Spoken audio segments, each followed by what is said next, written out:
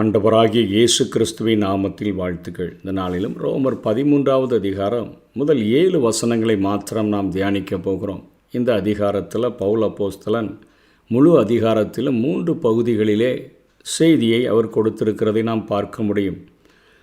ஒரு மறுரூபமாக்கப்பட்ட நீதிமான் தான் வாழ்கிற தேசத்தில் இருக்கக்கூடிய அரசியல் சட்டங்களுக்கு அவன் முழுமையாக கீழ்ப்படிய வேண்டும் என்று சொல்லி முதல் 7 வசனங்களிலும், இரண்டாவதாக கடனை குறித்த காரியத்தை 8, 9, 10 வசனங்களிலும், மூன்றாவதாக 11வது வசனத்திலிருந்து 14வது வசனம் வரையிலும் இயேசு கிறிஸ்துவினுடைய வருகையை தான் எதிர்பார்க்கிறது போல மற்ற விசுவாசிகளும் எதிர்பார்க்க வேண்டும் என்ற கருத்துக்களை இங்கே பவுல் அப்போஸ்தலன் எழுதி கொடுத்திருக்கிறார். முதல் 7 வசனங்களில் நம்மை ஆளுகிற தேசத்தின் அரசியல் சட்டங்களுக்கு, அதிகாரங்களுக்கு நாம் கீழ்ப்படிய வேண்டும் என்று சொல்லி இங்கே பவுல் அப்போஸ்தலன் பேசுகிறார்.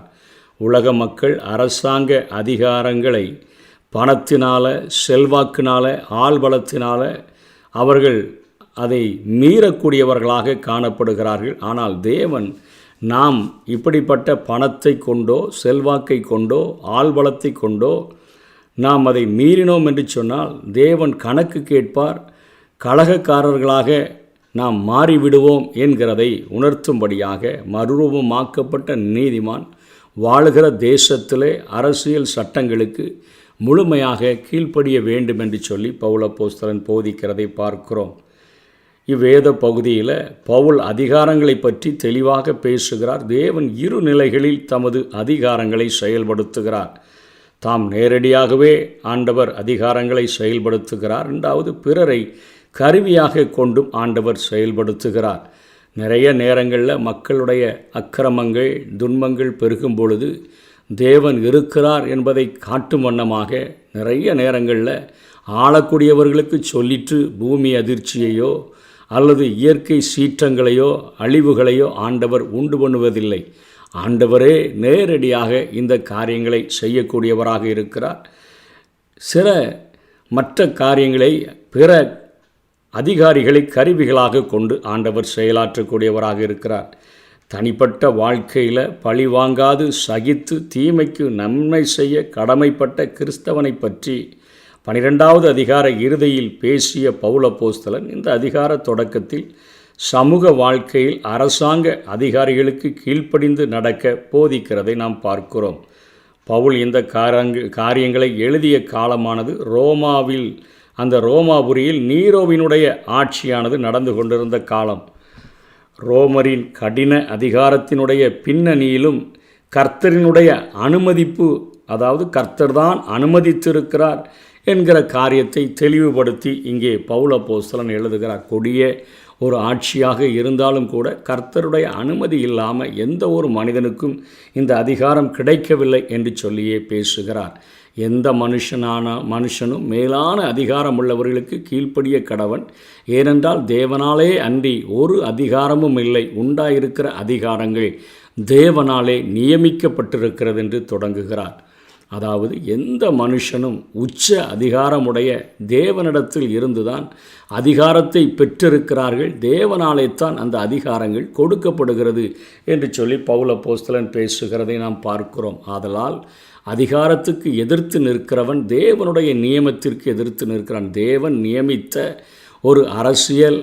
ஒரு அரசாங்க அதிகாரிகளை நாம் எதிர்த்து நிற்கும் பொழுது தேவனுக்கே எதிர்த்து நிற்கிறோம். அப்படி எதிர்த்து நிற்கிறவர்கள் தங்களுக்கு தாங்களே ஆக்கினையை வருவித்து கொள்ளுகிறார்கள் என்று சொல்லி பவுல் அப்போஸ்தலன் பேசுகிறார்.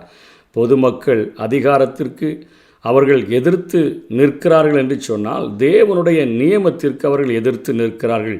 எல்லா அரசாங்க அதிகாரிகளும் தேவனுக்கு கீழ்ப்படுகிறவர்களோ நல்ல மனிதர்களோ என்று பொருள்பட்டு அவர் எழுதவில்லை. அந்த அதிகாரத்தை கொடுத்த தேவன் அவருக்கு நம்ம கீழ்ப்படிய வேண்டும் என்று சொல்லி இங்கே பேசுகிறதை பார்க்கிறோம். 3ஆம் வசனம் 4ஆம் வசனங்களிலே அரசுகளை தமது திட்ட நிறைவேறுதலுக்காக ஆண்டவர் பயன்படுத்துகிறார் என்று சொல்லுகிறார். அதிகாரிகள் நற்கிரியைகளுக்கு அல்ல, துர்க்கிரியைகளுக்கே பயங்கரமாக இருக்கிறார்கள். ஆகையால் நீ அதிகாரத்திற்கு பயப்படாதிருக்க வேண்டுமானால் நன்மை செய், அதனால் உனக்கு புகழ்ச்சி உண்டாகும், உனக்கு நன்மை உண்டாகும் பொருட்டு அவன் தேவ ஊழியக்காரனாக இருக்கிறான்னு சொன்னால் பைபிள் எடுத்து பிரசங்கம் பண்ணுகிற ஊழியக்காரன் அல்ல, சட்டத்தை நிறைவேற்றுகிறதற்கு, சரியான சட்டங்களை நிறைவேற்றுகிறதற்கு தேவனால் நியமிக்கப்பட்டிருக்கிறான்.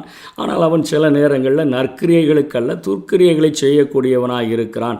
ஆனால் நீ நன்மை செய்தால் பயந்திரு. பட்டயத்தை அவன் விருதாவாக பிடித்திருக்கவில்லை. அதிகாரம் அவனுடைய கைகளில் விருதாவாக கொடுக்கப்படவில்லை. தீமை செய்கிறவன் மேல் கோபாக்கினை வரப்பண்ணும்படி அவன் நீதி செலுத்துகிற தேவ ஊழியக்காரனாக இருக்கிறானே. அவன் நீதியை செய்யணுன்னு தான் அந்த அதிகாரத்தில் அவன் வைக்கப்பட்டிருக்கிறான். ஆனால் லஞ்சம் என்கிற பெரிய பெருச்சாலி எல்லாம் அரசியலிலே இருக்கக்கூடியவர்களையும் தாக்குகிறபடியினாலே அவர்கள் துர்க்கிரியைகளை செய்யக்கூடியவர்களாக மாறிவிடுகிறார்கள். ஆகையால் நீங்கள் கோபாக்கினையின் நிமித்தம் மாத்திரமல்ல, அந்த அதிகாரத்துக்கு பயந்து மாத்திரமல்ல, உங்களுக்குள்ளேயே ஆண்டவர் மனசாட்சி நிமித்தம் கீழ்ப்படியக்கூடிய ஒரு காரியத்தை ஏற்படுத்தி வைத்திருக்கிறபடினால நீங்கள் மனசாட்சி நிமித்தமும் கீழ்ப்படியுங்க. இதற்காகவே நீங்கள் வரியையும் கொடுக்கிறீர்கள். மனசாட்சியின்படி நாம் ஏய்ப்பு செய்யாமல், இல்லைனா பணம் செல்வாக்கு ஆள்பலத்தை பயன்படுத்தி நம்ம சட்டத்தை வளைக்க நினைக்காம வரியை கொடுக்கணும். அவர்கள் இந்த வேலையை பார்த்து வருகிற தேவ ஊழியக்காரர்களாக இருக்கிறாங்க. ஆகையால் யாவருக்கும் செலுத்த வேண்டிய கடமைகளை செலுத்துங்கள். எவனுக்கு வரியை செலுத்த வேண்டியதோ அவனுக்கு வரியையும், எவனுக்கு தீர்வையை செலுத்த வேண்டியதோ அவனுக்கு தீர்வையையும் செலுத்துங்கள். எவனுக்கு பயப்பட வேண்டியதோ அவனுக்கு பயப்படுங்கள். எவனை கனம் பண்ண வேண்டியதோ அவனை கனம் பண்ணுங்கள். அவன்லாம் ஆண்டவருடைய பிள்ளையா, அவனுக்கு எதுக்குங்க கனம் கொடுக்கணும் அப்படின்னு இல்லை. இவெல்லாம் ஆண்டவருடைய பிள்ளையா, இவனுக்கு எதுக்குங்க பயப்படணும் அப்படி அல்ல. இது இந்த அதிகாரம் தேவனால் கொடுக்கப்பட்ட ஒரு நியமிக்கப்பட்ட அதிகாரமாக இருக்கிறபடினால நாம் கீழ்ப்படிய வேண்டும் என்று சொல்லுகிறதை பார்க்கிறோம். இதனை கொஞ்சம் புரிந்து கொள்ள வேண்டும் என்று சொன்னால், நேபுகாத்நேச்சார் ஒரு மிகப்பெரிய ஒரு பொன்னாலான தலையாக அநேக தேசங்களுக்கு, கிட்டத்தட்ட 127 நாடுகளுக்கும் அதிகமான தேசங்களுக்கு ராஜாவாக இருந்தபோது அவன் நான் கட்டின மகா பாபிலோன் அல்லவா என்று சொல்லி தன்னை உயர்த்தின மாத்திரத்தில் அவன் மனுஷன் நின்று தள்ளப்பட்டு ஒரு மிருகத்தை போல மாறி அவனுடைய சரீரமெல்லாம் பனியில் நனைகிற மாதிரி அவன் மிருகத்தை போல புல்லை மேய்கிற அந்த நாட்களில் அவன் கண்களை ஏறெடுத்து பார்த்த பொழுது, தானியேல் 4வது அதிகாரம் 34 35 வரை அந்த நாட்கள் சென்ற பின்பு, அந்த தண்டனை நிறைவேற்றப்பட்ட பின்பு, நேபுகாத்நேச்சாராகிய நான் என் கண்களை வானத்துக்கு ஏறெடுத்தேன். என் புத்தி எனக்கு திரும்பி வந்தது. அப்பொழுது நான் உன்னதமானவரை ஸ்தோத்தரித்து, அவன் சொல்கிறான், உச்ச அதிகாரமுடையவர் அவரை நான் ஸ்தோத்தரித்து என்றென்றைக்கும் ஜீவித்திருக்கிறவரை புகழ்ந்து மகிமைப்படுத்தினேன். அதாவது நான் இன்றைக்கு ஒரு பொன்னாலான தலையாக, ஒரு மிகப்பெரிய அரசாக நான் இருந்த போதாலும், அரசின் சக்கரவர்த்தியாக நான் இருந்த போதிலும் எனக்கென்று ஒரு மரணம் இருக்கிறது. ஆனால் என்றென்றைக்கும் ராஜாதி ராஜாவாக, உச்ச அதிகாரமுடையவராக என்றென்றைக்கும் ஜீவித்திருக்கிறவரை நான் புகழ்ந்து மகிமைப்படுத்தினேன். அவருடைய கர்த்தத்துவமே, அவருடைய ஆளுகையே நித்திய ஆளுகை, அதாவது நித்திய கர்த்தத்துவம். அவருடைய ராஜ்யமை தலைமுறை தலைமுறையாக நிற்கும்.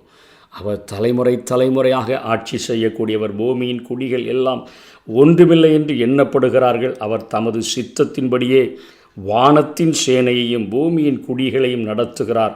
அவருடைய கையை தடுத்து அவரை நோக்கி என்ன செய்கிறீர் என்று சொல்லத்தக்கவன் ஒருவனும் இல்லை என்றேன். அப்படியாக அந்த அதிகாரத்தை புரிந்து கொண்ட ஒரு மிகப்பெரிய ஒரு ஆளுகை உடைய அந்த ராஜா சொல்லுகிறதை பார்க்கிறோம்.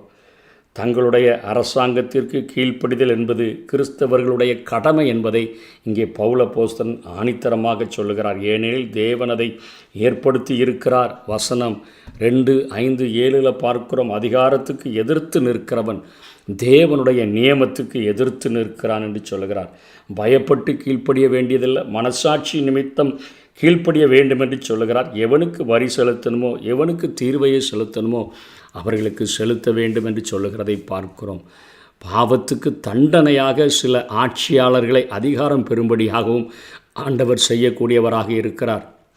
ஒரே ஒரு விதிவிலக்கு மட்டுமே இந்த சட்டத்துக்கு உண்டு. அந்த தேசத்தின் சட்டமோ குறிப்பிட்ட அதிகாரிகளின் கட்டளைகளோ தேவனுடைய வார்த்தைக்கு முரணாக இருந்தால் விசுவாசிகள் மனிதர்களுக்கு கீழ்ப்படியாமல் தேவனுக்கு கீழ்ப்படிய வேண்டும் என்கிற ஆதாரமும் வேதத்திலே காணப்படுகிறது.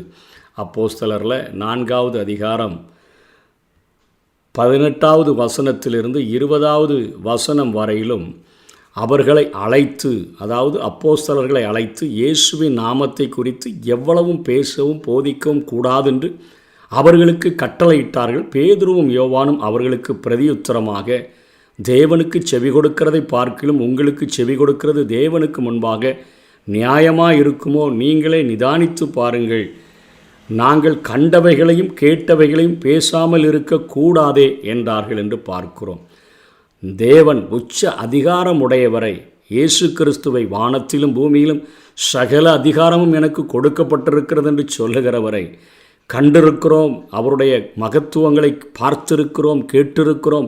இப்படிப்பட்ட ஒரு ஆண்டவரை அறிவிக்கக்கூடாது. உச்ச அதிகாரமுடையவருக்கு துரோகம் பண்ணணும்னு சொன்னால் அவருடைய கரத்திலிருந்து அதிகாரத்தை பெற்ற உனக்கு கீழ்ப்படிவதை பார்க்கிலும் அவருக்குத்தான் நாங்கள் கீழ்ப்படிவோம் என்கிற காரியத்தை வேதத்திலே பார்க்கிறோம். அதே அப்போஸ்தலரில் 5வது அதிகாரம் 28வது வசனம் 29வது வசனத்தில் மீண்டுமாக இந்த காரியம் நடக்கிறது.